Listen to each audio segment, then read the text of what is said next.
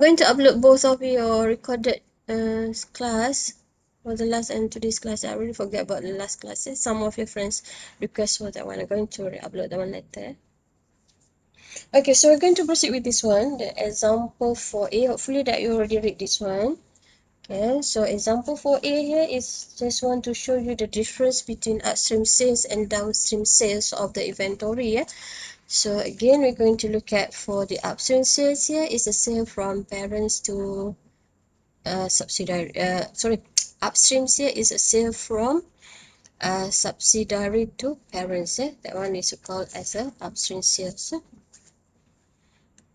Okay, you're going to have here for the upstream sales, you're going to have here is a sale from subsidiary to parents, and then the other ones you have a downstream sales here is a sales from parent to subsidiary.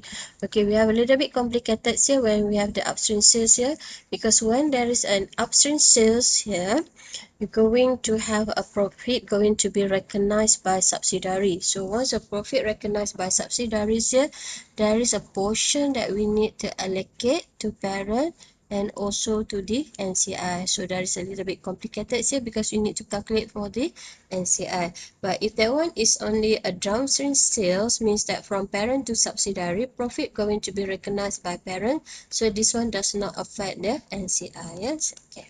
Now going to look at these examples. Okay, for these examples here, Maju Berhad have acquired 80% interest, okay, in Jaya for purchase considerations of 32. After the acquisition, the net asset as follows. This is what you have at the dates of the acquisition. At the date of the acquisition, we acquired this one on 2017. 2017 acquired. Okay, the net asset during that time period is 40,000. Total up this one, you're going to have 40,000 here. Okay, and then from the 80%, we have a shares of 80%. From the 80%, the COI here is 32,000. Okay, this is a financial year for both of the company on the year 2019. Means that after the acquisition date, after the acquisition date, so you're going to have a profit or loss, and then you're going to have the both of financial positions. Okay, the things that you need to um, pay more attention here is look at these three elements that you have here. Okay, the first one is the profit for the year, because from the profit of the year here, we're going to allocate to the NCI.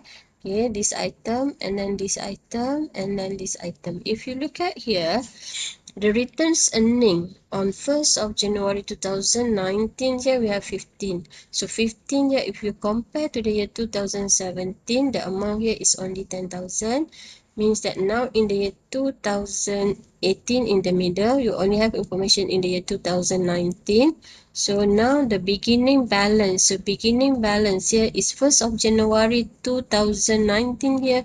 This one is a RE beginning balance. So RE beginning balance here means that there is a profit that recognized in the year 2015 of an amount which is 5,000. Now because it's become beginning balance here become 15,000. So there is a profit in the year 2018 which is amount of 5,000, and then this profit when you add together with the RE in the year 2017, it become 15. So 15 here is the amount at the end of 2018, which is become the beginning balance in the year 2019. So please pay attention to this item because we're going to use this item later.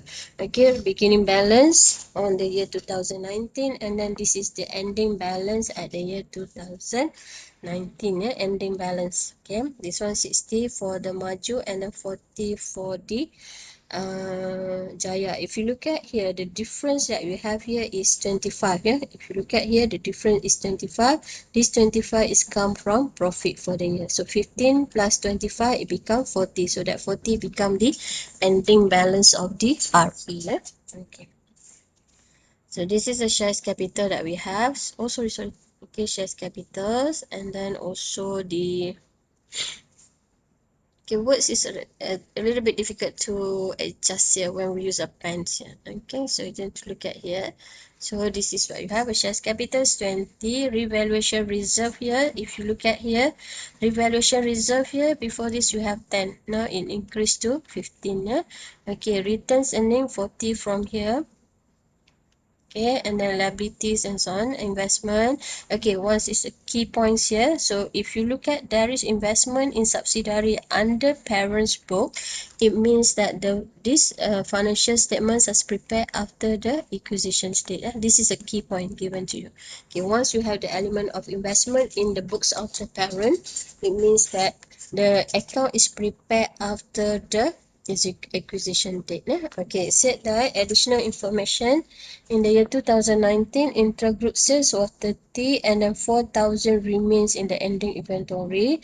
Beginning inventory for the intra-sales is 5,000 and then the profit margin was 20%. Okay, since there is a remain in the ending inventories here, you have the elements of the unrealized profit.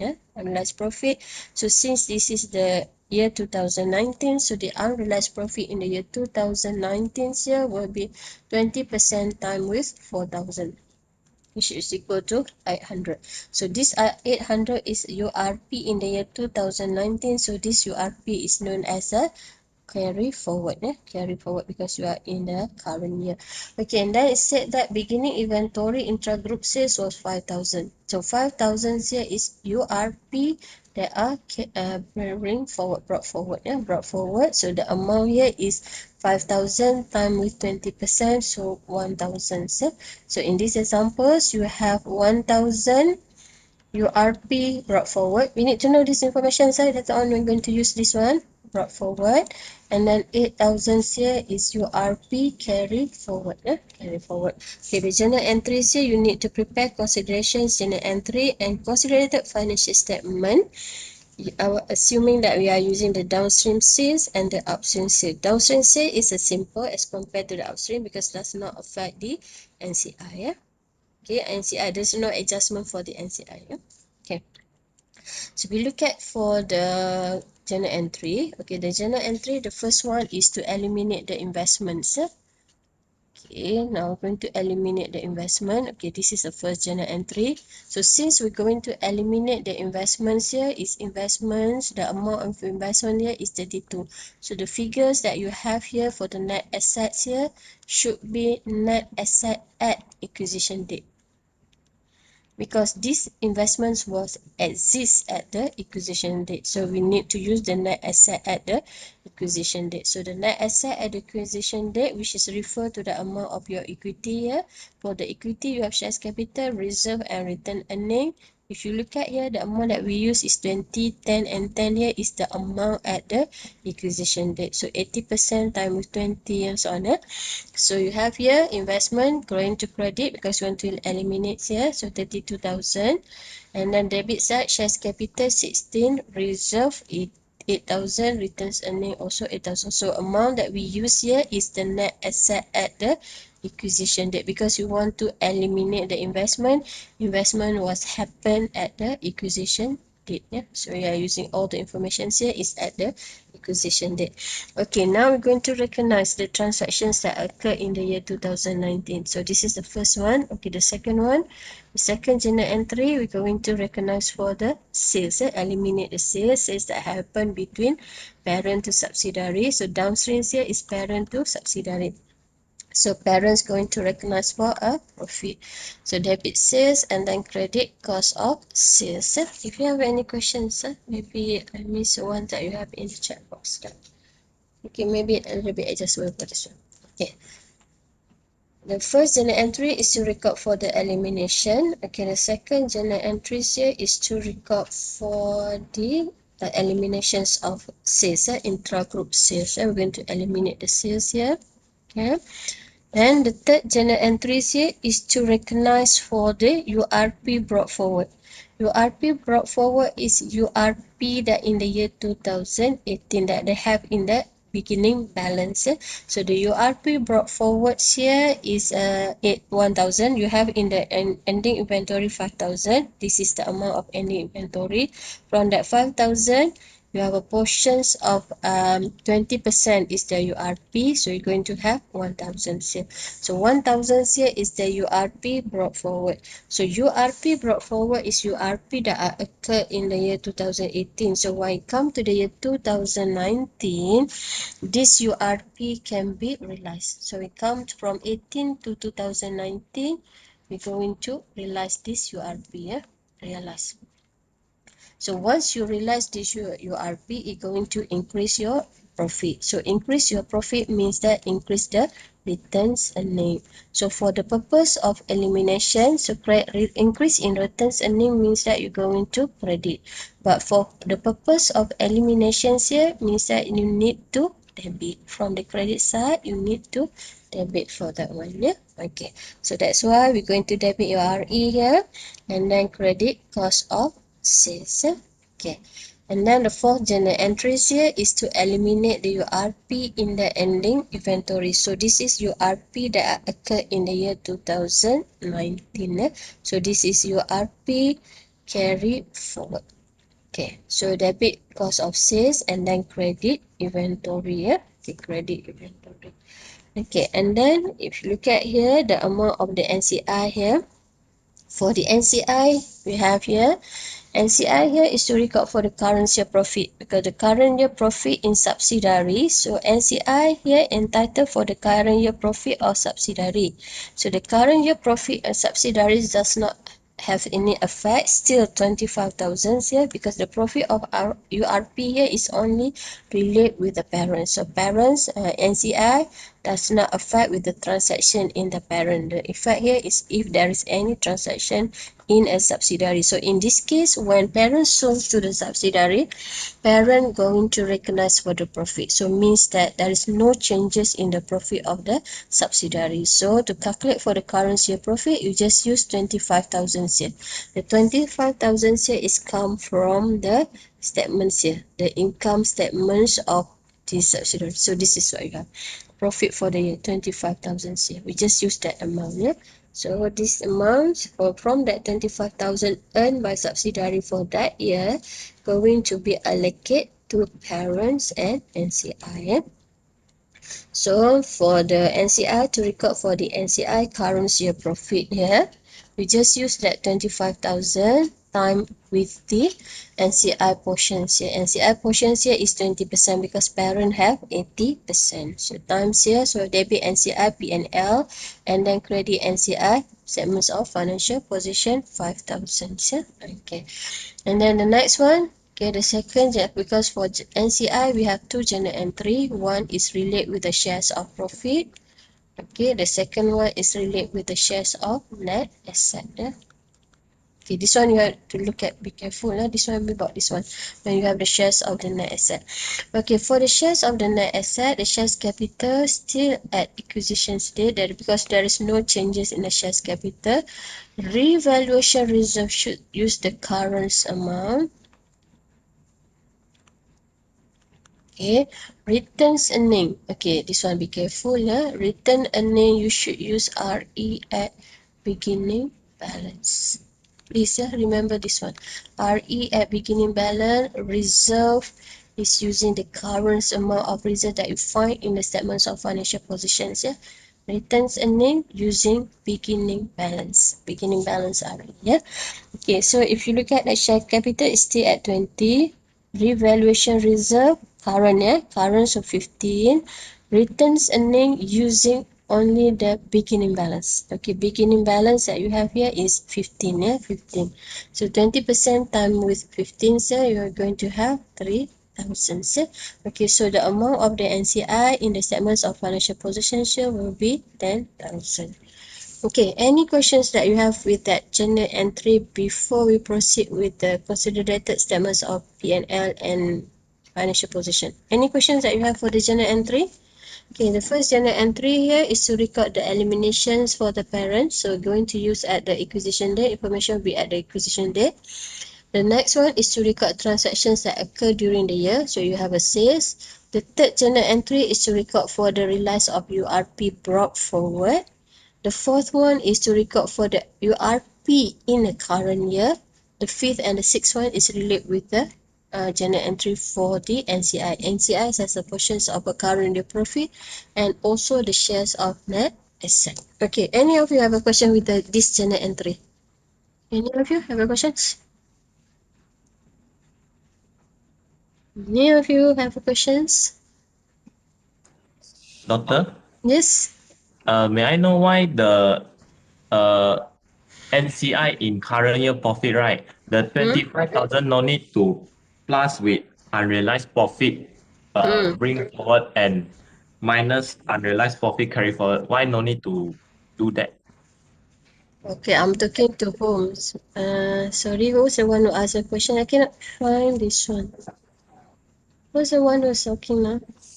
Oh, is Huh? it? Huh? Sorry, what's your name? Pua.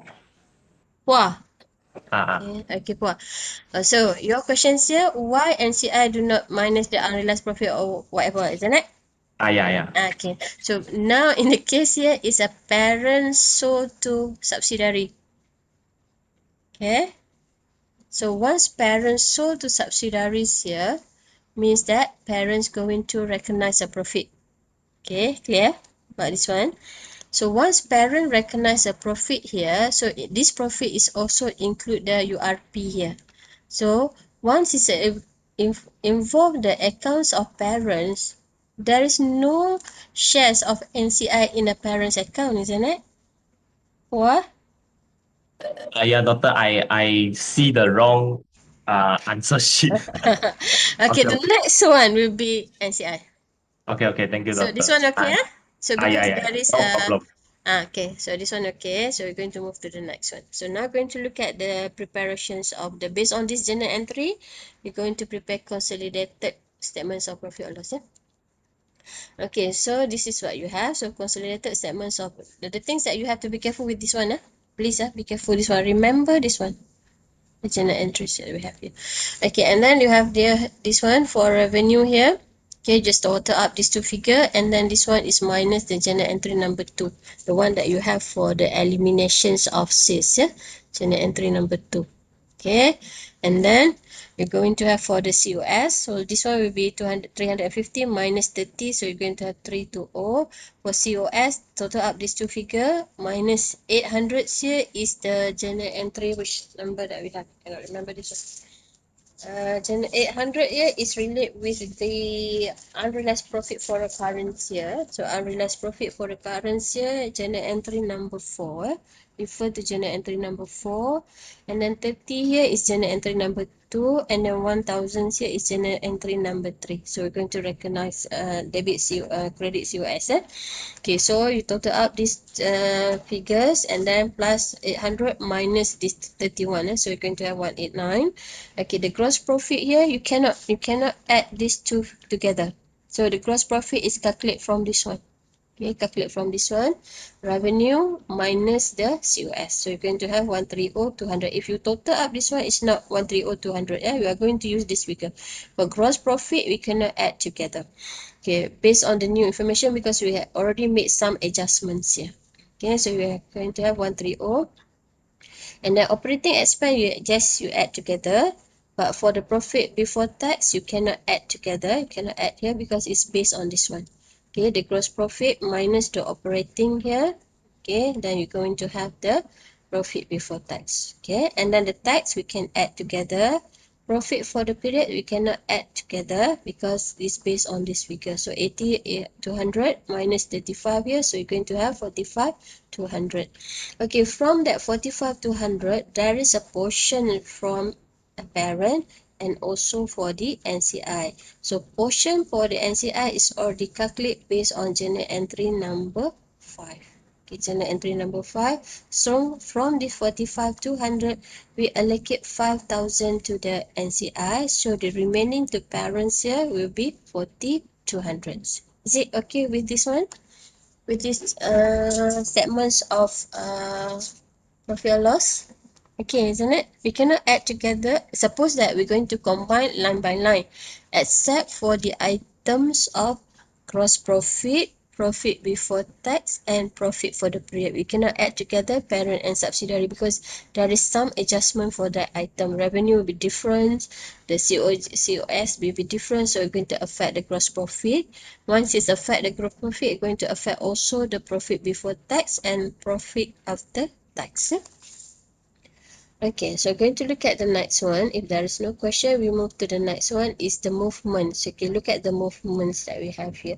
So movement in the returns earning is some sort like you prepare for your statements of changes in equity. Yeah? So if you look at here, your returns earning, so your beginning RE here, you have 40 and 50. Okay, 40 and 15 yeah, for the parents, 40, and then this one is 15 for the subsidiary. Then we're going to look at the adjustments here. So adjustment that we make here is the first one. This is the first journal entry. Okay.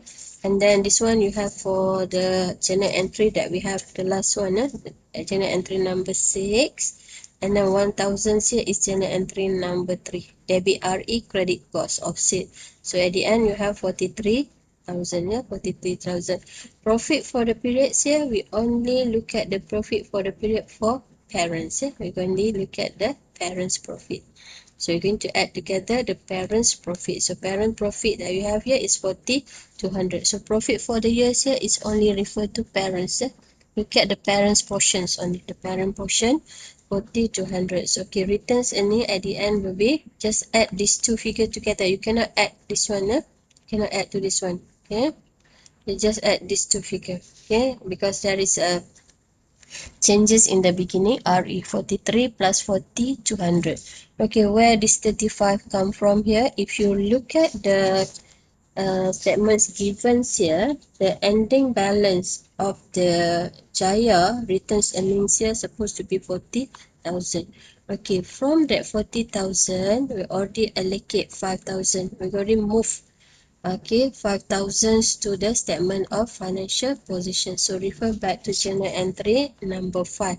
We transfer from RA income statement, transfer to statements of financial position. So you're going to have here 40 minus 5. So that's why the ending balance here you have only 35 here. Okay. So any question for both statements of RE, movement of RE, and the statements of profit or loss? Okay, I just proceed with this one for the segments of financial position. Okay, for segments of financial position, what shares capital? Okay, for shares capital, you just add together this one, add this amount together. Okay, maybe I'm going to have another colors. You're going to add this one together, and then minus here, shares capital is item number 1. Okay, and then the next one is item number 6. Refer back to journal entry number 6. So you're going to have 50 here. Revaluation reserve. Okay, this one is amount that we have for Maju and Jaya. 8 here is journal entry number 1. And then 3 is journal entry number 6. Okay, so we're going to have here at the end, you have 54. Okay, 65 minus 11. If you look at this one is 11, so you have 54. Okay, returns profit here 960 40, the one that you have here. But now we just use this figure. Okay, the ending return profit will be brought here. This is the ending, ending RE. Based on the movement from this one, we are using this figure. Okay, so you have that one. And okay, NCI here. NCI is journal entry number 5 and number 6. So together we have 15 for the NCI. Okay, liability just add together. Investment now, we're going to eliminate journal entry number 1. So it becomes 0. Other asset just total up together. So at the end, you should have your total asset should equals to your total liability plus equity. Okay, any question with this one? With the upstream sale together with the preparations of the financial statements. Do you have any questions there? Any of you have a questions? Well, okay, can we proceed to the next one? The one that you asked. Okay. So we proceed to the next one. No question? Please, do you have any questions? Please, you need to understand this one because most of the questions relate with the intra-group transaction. We need to prepare the same thing like this one, yeah? Okay, so we're going to proceed with the next one. The next one is the upstream sales. So upstream sale is more complicated here because it involves the profit in the subsidiary, because once the upstream sales here means that the subsidiary source goods to parents, yeah? Okay, when the subsidiary source good to parents. Okay, so once subsidiary source goods to parent, they're going to recognize a profit. So in this profit, there is elements of the URP. Yeah? So that's this profit also involve the NCI, yeah? And parents. Yeah? Okay, so this is what we're going to do. Okay, the first journal entry is the same. Okay, the second one is also the same. The third one is also the same, and also the fourth one. The difference here is only for item number 5 or journal entry number 5 and number 6, because this one you need to refer back to your note slide 33. Okay, slide 33, it said that when there is an upstream sales, you need to calculate for the changes in the profit due to the unrealized profit. When the subsidiary recognize for the URP, so that's this one will affect the NCI. So the formula, if you refer back to slide 33 and 34, 33, okay, it said that the percentage shares of the net profit of the NCI here will be NCI percentage of NCI, okay, time with profit, subsidiary profit, plus URP. URP brought forward, okay, minus URP carry forward. URP brought forward here is the one that you have in the year 2018. Brought carry forward here is year 2019. So we look at here. So this is the percentage of NCI. This is a profit for the year. And then plus 1000 here is a URP brought forward. And then minus 8000 here is URP carry forward. So when you compare this journal entry number 5 and number 6 with the downstream sales, if you look at here, in the downstream sales, the amount here is 5,000. Here 5,000. Why this one is 5,000 here? Because this one is only 20% time with 25,000. No adjustment for URP, because this in this case the parents sold to subsidiary, parents going to recognize for the URP. So the second one, when you have upstream sales, okay, sales from subsidiary to the parent, so subsidiary going to recognize for the URP. So once the subsidiary recognize for the URP, it's going to adjust for the NCI, like the one that Puah asked previously. Okay, and then the next one for record NCI in a subsidiary net asset. So the same thing, this one is also the same, this one is also the same, but this one for the RE. RE here is calculated as a percentage of NCI. Okay, time with, this one is slide 34, refer to slide 34, formulas here. Time with subsidiary, RE brought forward. RE brought forward, and then minus URP brought forward. So this is RE brought forward, RE beginning balance, okay, minus URP brought forward. Yeah? Okay, so now the amount become 2,800. So this one, if you total up, the amount for NCIC become 9,800. Previously it's 10,000. Yeah? Because of what? Because of this one. This right here. Okay? Because of there is elements of the URP here. Okay, from this journal entry, the same journal entry from item 1 and item number 4. The difference here is only for item number 5 and 6. Okay, so we prepare the same thing that we need to prepare here for the consolidated statements of P&L. The difference here is only up to this one only, allocation. Okay, from that 45 200s, okay, the 45 200s here is profit for the year. Yeah? Okay, this one we're going to allocate to parents and to the NCI, NCI portions and parent portion.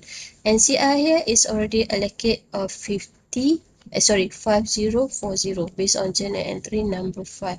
So the remaining to parents here is 40160. So this one, the yellow in color is the difference that we have from the previous downstream examples. Okay. And then movement in the equity. So if you look at the movement in the equities here, or the returns earning, so we're going to have here, okay, we have a movement here. So 8,000 here is from journal entry number 1. 2,800 is journal entry number 6. And then 1,000 here is journal entry number 3. Yeah? Debit side. Yeah. Okay. So you're going to have, add together, you're going to have 43,200. 43,200 plus 40,100. Profit for the period for parents here. For parents here, you have 40,160. So at the end, returns earnings or return profit here will be 83,360. Add these two together. So this the green and yellow is the difference that you have from the previous example, the downstream examples. Okay, and then we have the next one. Okay, the statements of the financial positions. Okay, the rest is similar. Okay, we're going to have the similar things except for RE here. RE, you just use the RE ending RE, transfer here. The NCI here, NCI, journal entry number 5 and journal entry number 6 add together, so you're going to have 14,480. The rest is similar. The difference here is only for the NCI and also for the RE here. Because there are difference in the RE here because of the difference in the profit. Okay, any questions that you have for example 4A before we move to the next one? Move to your notes. Any questions that you have here? I'm still waiting. If there is any question from you.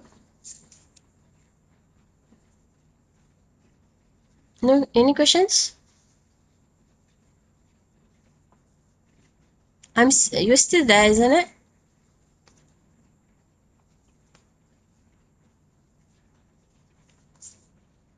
Will you say okay? What about the rest?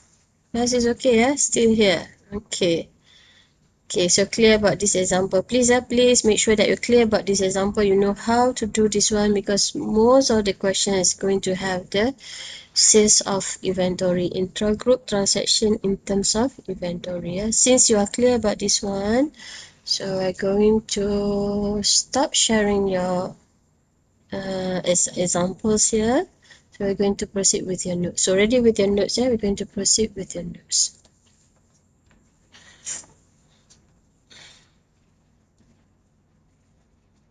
Okay, my notes here, so many things that we have here. I need to close this one for a while.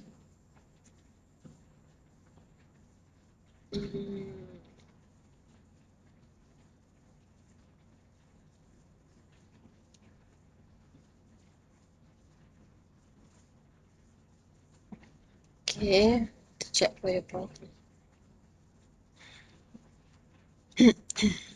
Okay, so make sure that you're ready with your notes here.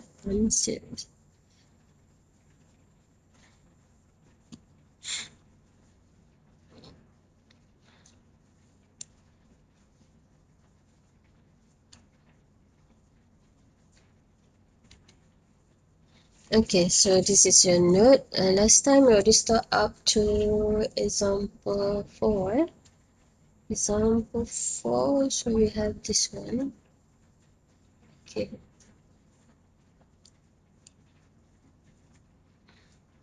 Okay, so now you can see the note, isn't it?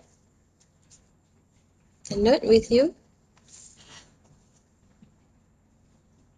PowerPoint. PowerPoint or still works? Okay, PowerPoint. So we proceed with the note 40 we already done up to the sales, sales of the tax effect on the sales of inventory. Okay, the tax effect.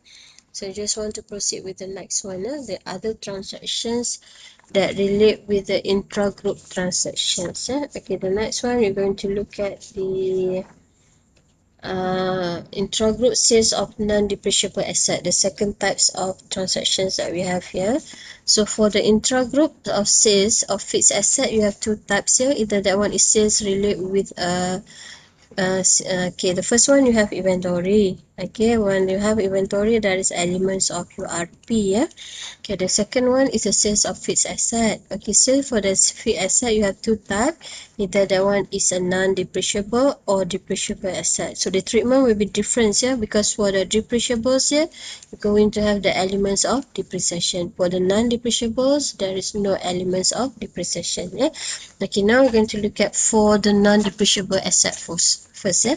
Okay, example for the non-depreciables here is a land. Yeah. Simplest one is a land, because the land there is no subject to depreciation. The value keep on increasing.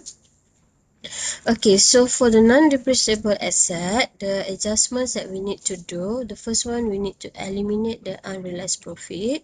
Okay, same thing, yeah. We're going to have the unrealized profit because the source here is only between parent and subsidiary, so the profit cannot be realized. Okay, once you sold the outsiders, then we can realize that profit. Okay, so we're going to eliminate the unrealized profit, reduce the asset account to its original book value at the dates of the sales, at the dates of intragroup sale. You're going to reduce the value of the assets here. Why we need to reduce the value of the assets here? Because when you sell the asset, you're going to sell it at a selling price. So normally, the selling price here will be higher than the book value. Yeah? So there is elements of a profit. So this profit is considered as a unrealized profit because the transaction here is only between parent and subsidiary. So the profit cannot be realized. So we need to reduce the asset account to its original book value. Why we need to reduce it to the original book value? Because we view in terms of a group. So the groups, when the groups here we said that parent and subsidiary is a single entity, so we cannot recognize any gain between parent and subsidiary. So that's why we need to reduce the asset back to the book value. Yeah. Okay, for the upstream sale, the NCI shares of profit also need to be adjusted. The same treatment that we have for the sales of inventory in the case of the upstream sales. Yeah? So it's going to affect the NCI. Yeah? So this is the journal entry at the year, at the sales, at the year or the transfer of the sales, at the year sales. So the first journal entry, you're going to debit a profit of sale of land. So this profit is unrealized profit. Yeah? Because you cannot recognize that profit and then credit that land. Yeah? Credit the land. So this is at during the years of sales. Yeah? Okay, and in a subsequent year, you're going to debit the RE and then credit the land. Why we still credit the land here? Because we want to reduce the selling price, okay, to the book value. So every year we need to do the same journal entry to credit the asset here because you want to reduce it to the book value. But the difference here, if you look at for the first year, we are using the profit of the sales of land. But we come to the second year or subsequent year, the next year, we are using the returns earnings. So the profit here has been changed to returns earnings. Yeah? So we try to look at this example 5 here. Okay, so AB acquires 60% interest in XY on 1st of January 2013. On 20 March 2015, XY sold a piece of land to AB for 1.8 million. Okay, so we have here A, B and XY, XY. So in this case, AB is a parent, XY is a subsidiary. Okay, and then it said that XY sells land to AB. So means that there is a upstream sales. So upstream sales. So upstream sale, you have to be careful with the NCI. There is elements of NCI here. Okay. The land was bought by XY on 1st of January 2008 at the cost of 1 million. So the book value of assets here is 1 million. Now it's sale. The selling price here is 1.8 million. So the difference that we have here, 800,000 here is considered as a unrealized profit Okay, the profit that we have, the profit of the sales. Okay, AB going to hold that land until 31st December 2017 when it was sold to the third party for 2 million. So they're going to hold this asset. Okay, this the transactions here is in March 2015. Okay, and then A going to hold the asset until the end of 2017 and then sold to outside. Sold to outside. So once you sold to the outside here, you can realize the profit. So now you're going to prepare the journal entry, consideration journal entry for the year 2015. Okay, so 16, 15 here is sales year, see, the when you transfer the land. 2016 here is subsequent year. Okay, this one is also subsequent year. This one is a sales, the sales of land. Okay, at the dates of the sales of land. So now going to prepare the consideration journal entry. So you're going to use the same journal entry. This one is at the years of sale. This one is for a subsequent year. Okay, so for 2015, you're going to debit the profit of sales of land, 800, and then credit land. Okay, this one is to eliminate the unrealized profit and restate. This one is to eliminate the unrealized profit. Okay, and then the second, the credit side here is to restate the land to its original cost because we want to reduce the land to book value. Selling price here is 1,800. Want to reduce it to the book value of 1,000. So 1 million. So we need to reduce by 800. So that's why we need to credit land. Credit land here means that we're going to reduce the selling price to the book value. And then this year, 2016 here, we are using a subsequent year. Okay, subsequent year, we are using the return profit brought forward. Return profit brought forward, 800 and then credit land. So this is the one that you have here. We changed from profit of sales of land to a returns profit. Okay, this one is to eliminate the profit and unrealized profit and restate the land to the original cost. Okay, remember that the first year we are using the profit.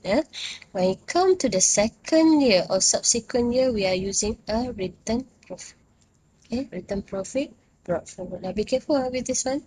Profit here is only in a year when you have a sale. When it comes to the subsequent year, we're going to use a return profit. Okay, return profit and land here. Why land still credit here? Because we want to reduce selling price to book value. Okay, so we're going to look at in the view of groups, group view. Okay, so land here, the value of the land here is only 1 million, so not 1.8 million in the group view. Okay, in the year 2017, so year 2017, we're going to calculate the profit on the sales of land. So profit for the sales of land here for the company viewpoint. So AB viewpoint here. Okay, they say the asset or the land here at the price of 1 million. The book value of the land here at the acquisition date, they acquired the land at the value of 1.8. So the profit on sales that they recognize here is only 200 based on the book value that they have here. Okay, but for the group viewpoint, that you have here is a sale 2 million. Book value is only 1 million. So the profit on sales that you have here is 1 million. So if you refer back to journal entry for a company for AB, okay, AB going to debit cash, credit land at 1.8, and then going to credit a profit on sales of 200. So when you add together A and B with this journal entry as a group, okay, going to add together here. Okay, as a group, profit from AB we have 200 plus another profit that you have here that you transfer, you realize from the returns earning here is at 800. So altogether it becomes 1 million. Okay, so this is based on the group viewpoint. So the group viewpoint here, where to get this 1 million here, 200 that is recognized by AB, and then another 800 come from the realizations of URP.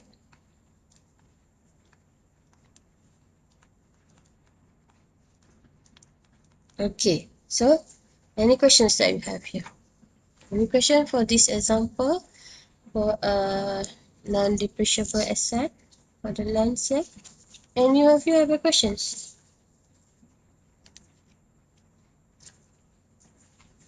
Any questions?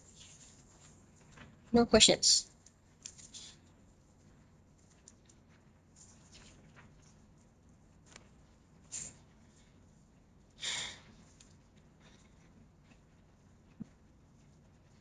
Why you are so silent today? Nobody has a response on this one.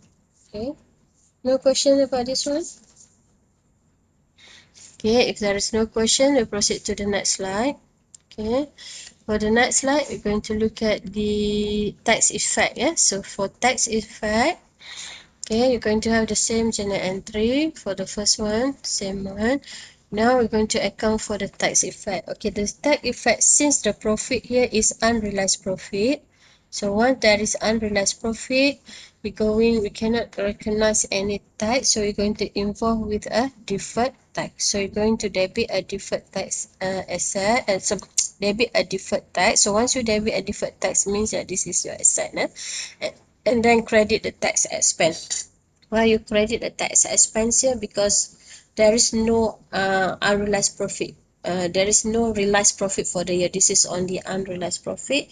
So the tax expense should be credited. Okay. So this is the account to related tax effect to the eliminations of the URP. So the tax rate here is 30%. So the amount of profit here is 800. So 800 times with 30%.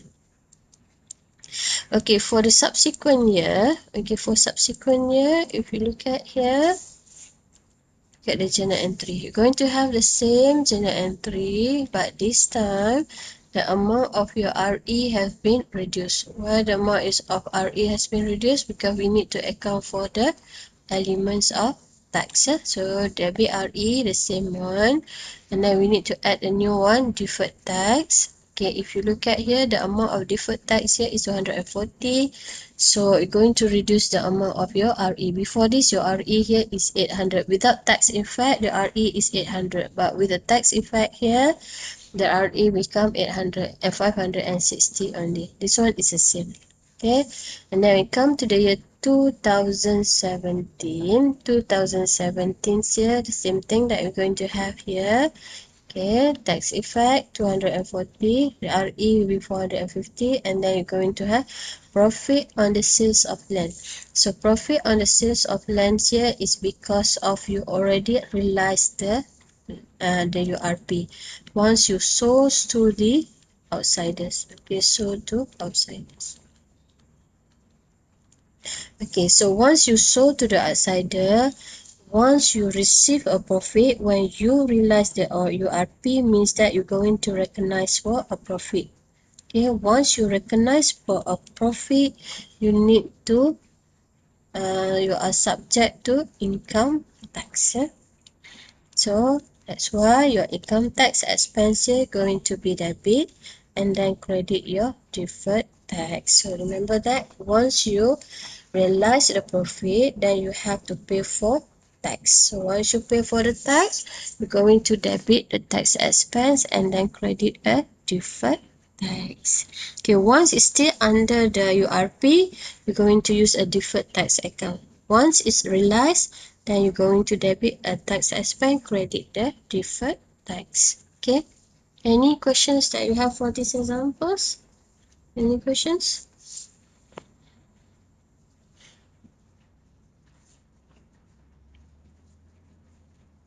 No questions. No question, is it?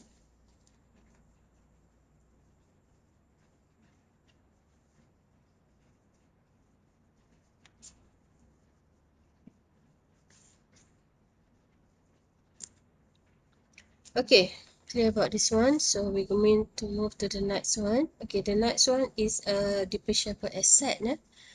Okay, for a depreciable asset, this time we're going to affect the depreciations. Okay, so after the sale, the purchasing company, okay, can just use this one for a wire check box here. Okay, after the sales, the purchasing company will record the asset at the purchase price and calculate the depreciation based on its purchase price. Okay, so when you sales, let's say you sell from parent to subsidiary, for example, say we have a sales of depreciable asset. So let's say the assets at the value 1000. Okay, so for parents, that really, okay, the value is 1000, but when you sold to the subsidiary, they're going to sold at 1200, for example. Because this one for parent going to recognize a profit of 200, but this one is unrealized profit, yeah, unrealized profit.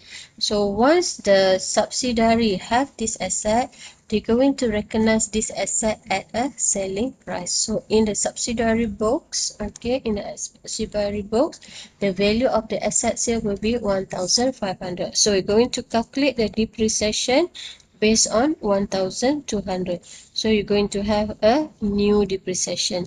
Okay, the new depreciation will be based on 1200, but you're going to have the old depreciation here will be based on the value of 1000. So once there is for the purpose of a group, so we assume that parent and subsidiary is a single entity, so the recorded depreciation must be corrected for a consolidation, because this one, the new depreciation will be higher as compared to the old depreciation, yeah? Because the new depreciation based on the purchase price. Yeah? So the difference here, we need to make a amendment or make a correction here. We're going to eliminate for the difference, because it shouldn't be any different, because parent and subsidiary is considered as a single entity. Yeah? Okay, so for the consideration process or adjustments here, okay, we need to eliminate for the unrealized profit. Okay, eliminate for the unrealized profit. Okay, examples here, this 200 we need to eliminate and restate the balance of the assets account to its original book value at the date of intra-group transfer of sale. Same as what we have for the land previously, yeah. But this time we have an extra things to do here. If we need to eliminate the difference between the annual depreciation expense recorded by the purchasing company, which is a new depreciation, okay, and the amount based on original acquisition cost recorded by the selling company before transfer. We're going to compare the old depreciations and the new depreciation. The difference here we need to eliminate. Okay, need to eliminate the difference. So we have the difference here. The difference here need to be eliminated. Yeah? So three things. The first and the second one is same what we have in the land previously. Example for the depreciable asset. For the non-depreciable asset. For the depreciable asset, we have an extra journal entries here is to eliminate the difference between the new depreciation and the old depreciation. Okay, so for the group's viewpoint, the unrealized profit is considered to be realized as a consequences of the use of the PPE in the generations of revenue. So the unrealized profit here we're going to realize because of the use of the asset. Yeah? The recognitions of the realizations of the URP is accomplished through the yearly depreciation adjustment. So the realizations of your URP here is through the use of the assets, the depreciations of the assets. Okay, for the upstream sales, okay, for the upstream sales, modifications are required in calculations of the NCI. So we need to do a modifications here. So for the in the year of the sales, NCI holding, okay, NCI holding time with subsidiary profit after tax plus depreciation adjustment. Depreciation adjustment is a difference between new depreciation and old depreciation. So, okay, and then minus full unrealized profit. Okay, in the subsequent years, and then over the remaining useful life, we need to calculate the NCI time with the subsidiary profit after tax plus depreciation adjustments.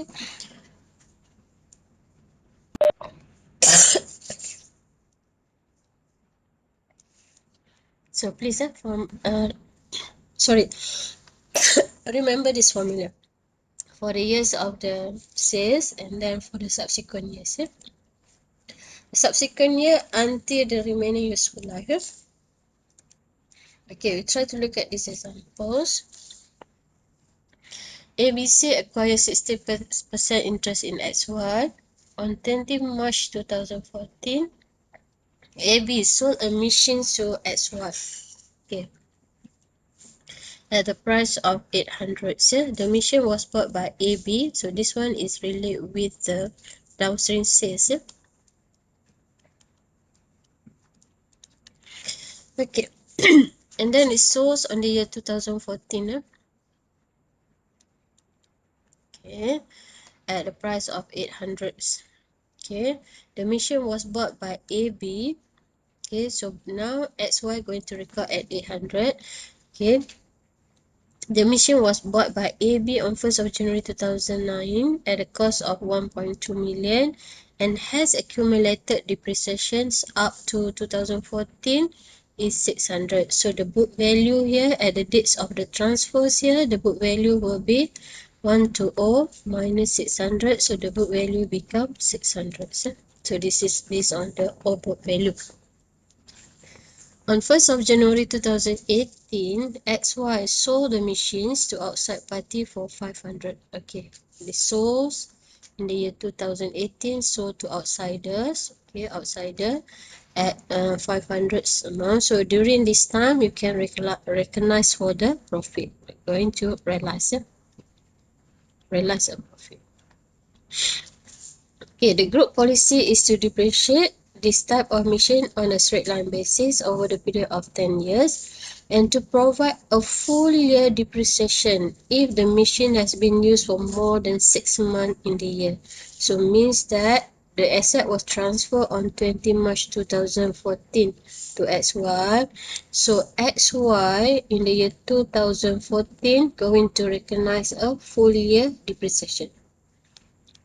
So the depreciation will start from year 2014 until year 2017 because it comes to year 2018, so you're going to sell that machine to another party. Yes? Okay. So you need to prepare a consolidated journal entry up to from 14 until 2018. And I said that the remaining useful life of the machine here is 5 years. Okay. So we're going to calculate the profit on the sales of fixed asset. So the profit that we have here is 200. Okay, 200 here because of the selling price is 800. The book value here is only 600. So the profit here you have 200. This profit is unrealized profit here because this is a sales between groups, among between parent and subsidiaries. Okay, so now you need to calculate the depreciations. Okay, so XY going to recognize the machine at 800. Okay, and then AB going to recognize the machine at the price of 600. Okay, okay, so now this one will be new depreciation. This one will be the old depreciations. Okay, new depreciation. Okay, 800 divided by 5. Why divide by 5 here? Because it said that the remaining useful life here is 5 years. So we're going to have here is 160. Okay, the same thing for AB. They're going to divide by 5 also. So we're going to have here will be 120. So the difference that you have here is 40. Yeah? The difference between the new depreciation and the old depreciation here will be 40. So based on the group viewpoint, the depreciation here is only 120. But for the company view here is for the view of XY. They're going to view a depreciation at the price of 160. The value of depreciation here is 160. So means that the depreciation is over provided by 40,000. Okay, over provided. Why over provided here? Because company view 160, but for the group view, the depreciation here is only 120. So there will be over provided or over status of depreciation of 40,000. Okay, so the difference here is 40,000. So you need to make an adjustment because the depreciation here is overstated. Okay. So for the year 2014, at the date when you have a transactions, intra-group transaction, okay, at the date when you sold the machines here, okay, you're going to profit on the sales here. They eliminate the profit. Okay, the first one, eliminate the URP. So debit profit and then credit machine, yeah, 200s. Okay, the profit that we calculate here is a difference between 800 minus 600. So you're going to have a profit of 200s. Okay, this one is to eliminate the URP and then restate the asset to its original cost. Okay, so this is the one that you have, similar like the one that we have for a land. But now we need to have a new an extra journal entry for the depreciable assets here is to correct for the depreciation that is overstated. Okay, overstated. This is the first journal entry. This is the second journal entry to correct for the overstated depreciations or over provided. So overstated here, you're going to debit your accumulated depreciation and credit depreciation expense. So every year you're going to have the same journal entries here. Okay. So now we come to the subsequent year. So the difference for the subsequent year here, instead of having a profit here, profit, now it become a RE. Okay, now it become the RE. So the RE here, the total RE that you have here is 200 from the year 2014. When I come to the year 2015, the amount of RE need to minus 40 because of the accumulated depreciation. So now the amount of RE here only 160. And then this is what you have for the accumulated depreciations that we're going to recognize. Okay, and then credit that machine. Yeah. So and then this one is the second journal entry to record for the over provided. If you look at here, when we come to the subsequent year account that will be affected here is RE. Okay, so RE here going to be reduced due to the recognize of the use of the asset. So the RE here going to be reduced by 40. 40 here is the difference in terms of the amount of depreciation, and then you're going to have your accumulated depreciations going to be increased. Before this there is no accumulated depreciations, now we're going to have the accumulated depreciations will be 40. Okay, try to look at for the next year. This one is the same as the previous year, same as the year 2014. Okay, we come to the year 2016. Look at here, we're going to have this one is the same journal entry, but look at here. Here your RE here, so your RE that we have here is RE brought forward. We start with the 200, okay, minus accumulated depreciation in the year 2014, 40, and then minus another accumulated depreciation in the year 2015. Yeah. Okay, so that's because it's brought forward. So now the amount become 180. Accumulated depreciation has been increased here, year 2014 plus year 2015. Yeah, so it become 80 here. Okay, and then machine 200. This one is the same journal entry because we're going to record for over provided depreciation. Okay, the next one, year 2017, the same journal entry that we're going to have here, but now the amount of this one. If you look at here, the RE has been reduced 200 minus 40 in the year 2014, minus 40 in the year 2015, and then minus another 40 in the year 2016 because this one is brought forward. Yeah? Okay, so we're going to have here 80 here. Accumulated depreciation will be increased 14 plus 15 plus 16. Yeah? Okay, so you're going to have 120. Yeah? Okay, the machines here will be 200. Accumulated depreciation, the same thing because we want to account for the over provided. Okay. And then the next one for the year 2018. So year 2018, we sold that one to the outsiders. Yeah? So for the price of 500. So 500 here, the book value based on XY viewpoint, the book value here is 160. Yeah? Because now you're going to have here, okay, we're going to have year we bought the asset in the year 2014. 14 plus 15 plus 16 plus 17. So altogether we have 4 years here. Okay, 800 divided by 5.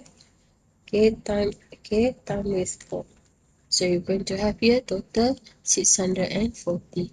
So 800 minus 640, you're going to have a book value of 160.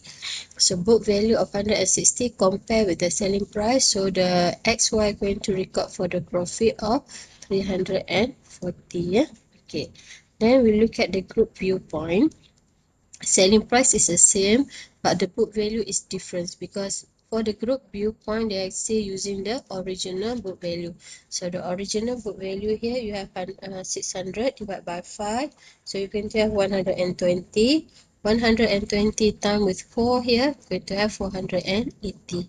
So minus here, we're going to have 120.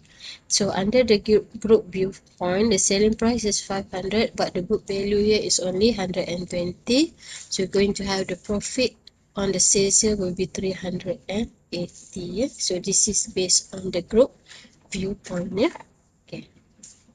So the difference of a profit on sales that we have here is 340. Yeah? The difference here, we have a 40 here, a difference here because of the depreciation that is over provided. So the last year in the year 2018, here we're going to recognize for the realizations of URP.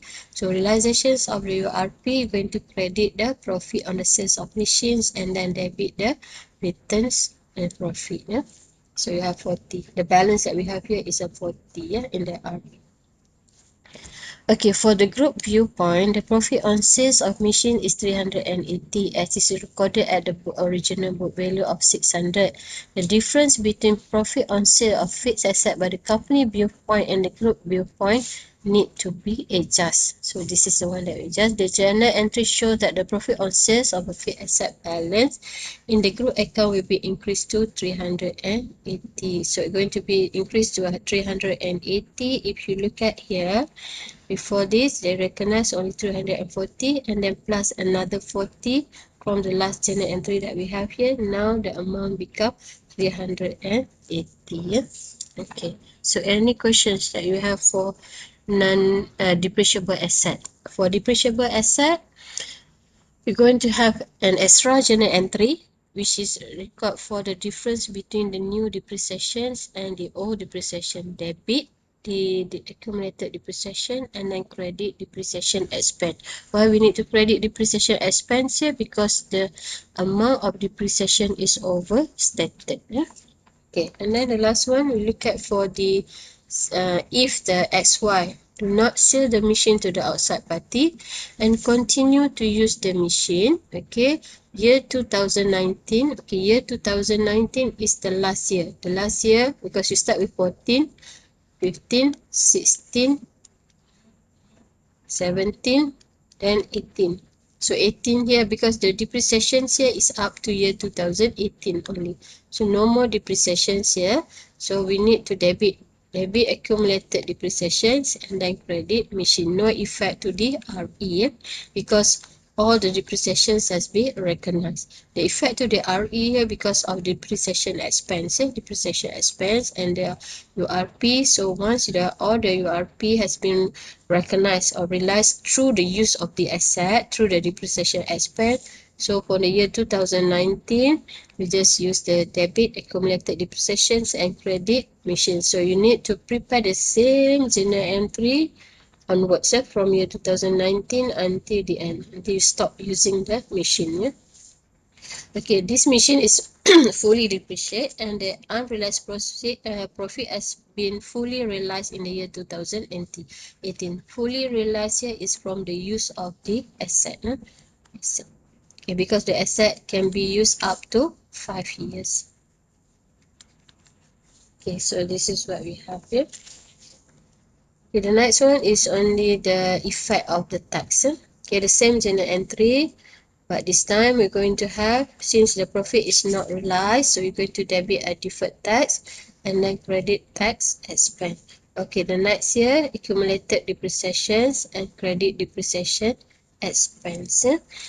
Okay, and then for this one, Okay, once you credit depreciation expense, it means that your profit will be increased. So once your profit will be increased, your tax expense also going to be increased. Expense increase, so that's why you need to debit tax expense, credit the deferred tax. Okay, why debits here? Because of credit depreciation expense going to increase your profit. Okay, this one is on the year of sale. We come to the year 2015. Okay, the year 2015. Okay, the same thing. You have returns profit, but this time you are deferred tax, and then you have accumulated depreciation. Okay, this is a new one, the right in color. The new one is reduce the amount of your RE.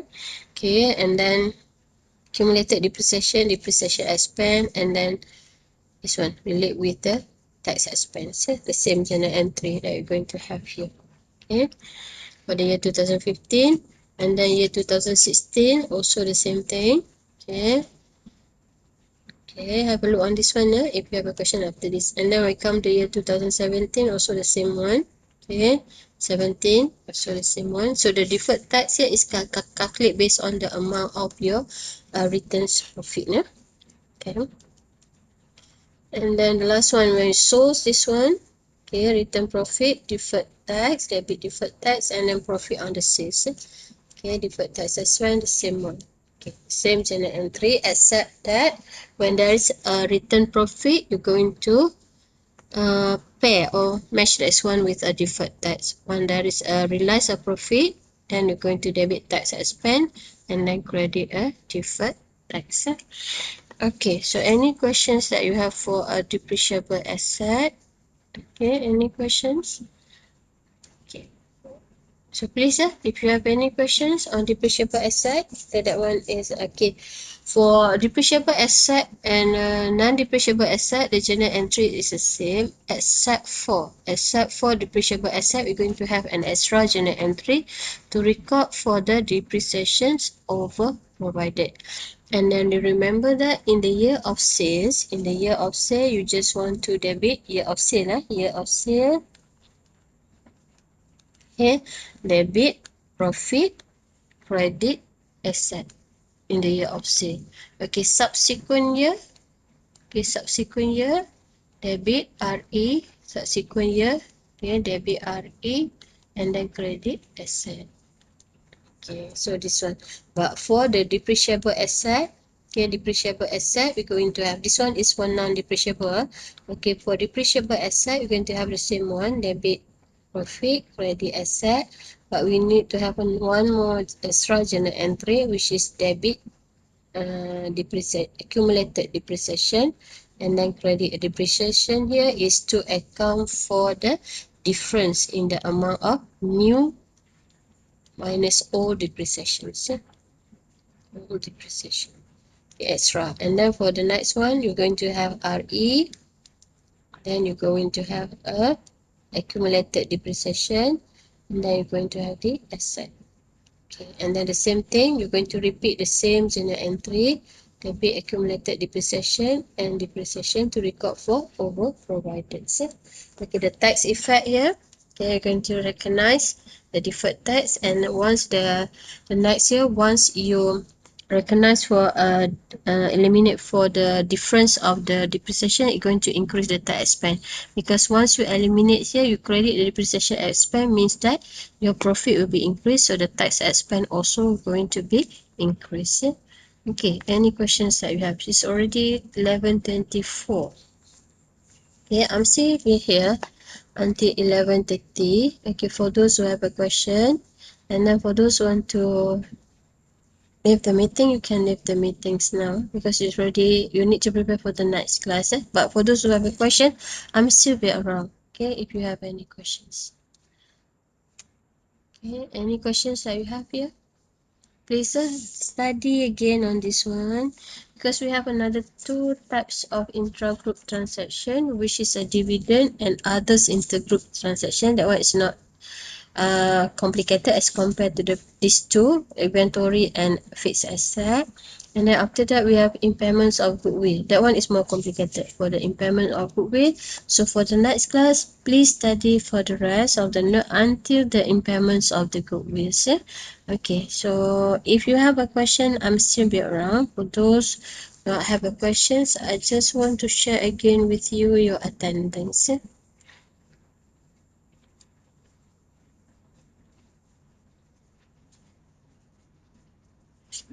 For those who not yet scan for the attendance. Yeah? Okay, any questions that you have here? Okay, for those who want to leave the meeting, you can leave the meeting here. We have another 5 minutes here.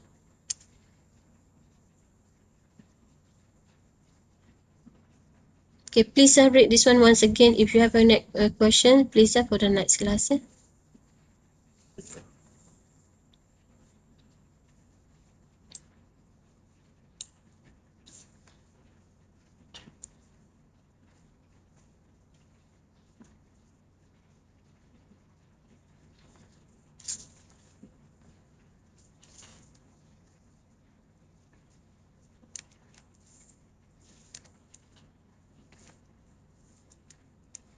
Doctor, Yes. I want to ask for the project, right? Mm.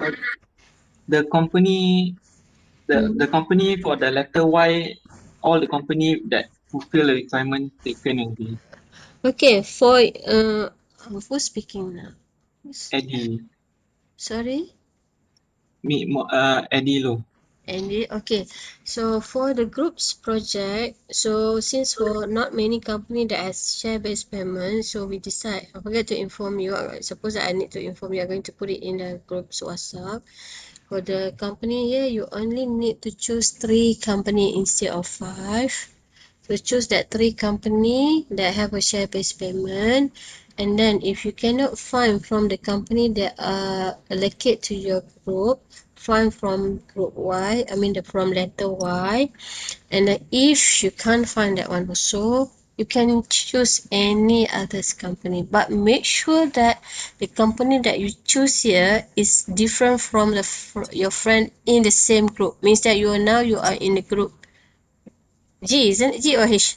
G. You are group G, isn't it? So make sure that the list of the company that you choose is different from the company that choose by your friends in group G. But you can have the same company like the one that you have in group H, your friend in a group H or others group. But in the same group, group G, you cannot have the same company. Okay, so you okay with that one, it is? Oh, okay, doctor. So one group only need to have 3 company. Yes, yeah, we only going to limit you to 3 company only because there's a problem with the share-based payment company. Not many company that disclose on a share-based payment. So, but make sure that the first choice will go to your group G. Means that based on the letter G that we're going to allocate you. If you cannot find from the company that allocate based on group G, then you can find from group Y. If also you cannot find, choose any others company. But make sure that different from the one that your friends in the group G. Okay. Okay, doctor. Thank you. Okay.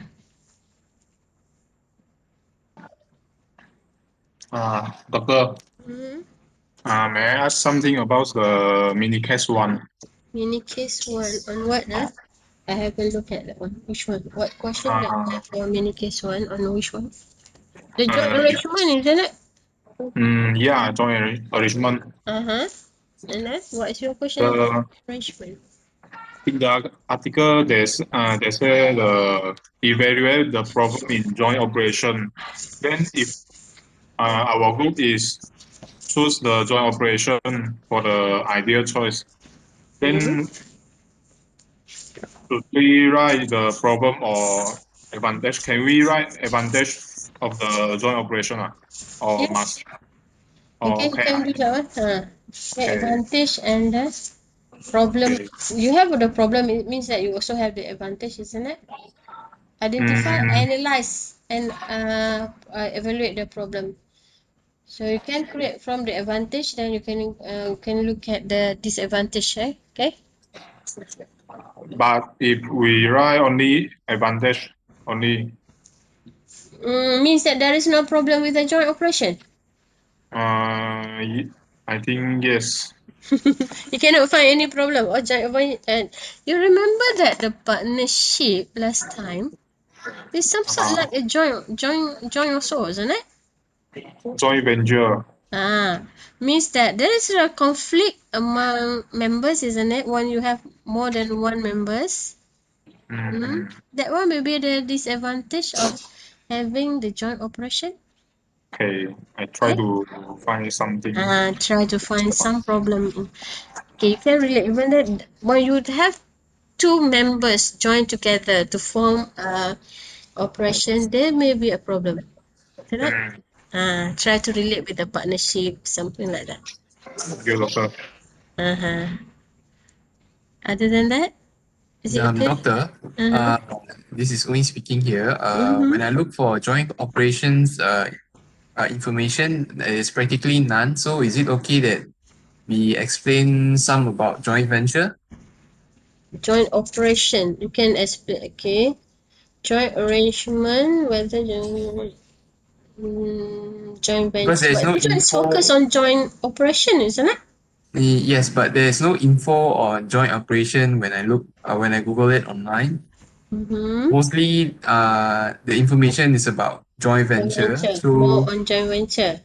are we allowed to talk about joint venture in our MC1? So that's one because I read to this one is related with a joint operation, isn't it? Yes, that is true. Okay. Maybe I need to discuss with the other group members. Then I'm going to inform in a group. So check for the WhatsApp for this one. I'm going to discuss with your coordinators about this one. Because if we refer back to this question, it's related with the joint operation, isn't it? Yes. So, is it okay that we compare between joint operation and venture? Maybe because then from the comparison, then you know that what's the problem in the joint operation, is it? Yes. Okay. Okay. Thank you, doctor. Okay. Bye. Any other questions that you have from the few of participants here? Eddie, I have no here. A few of you stay there. Are you going to ask me something? Zawani, Oi, you don't have questions? You don't have a class after this?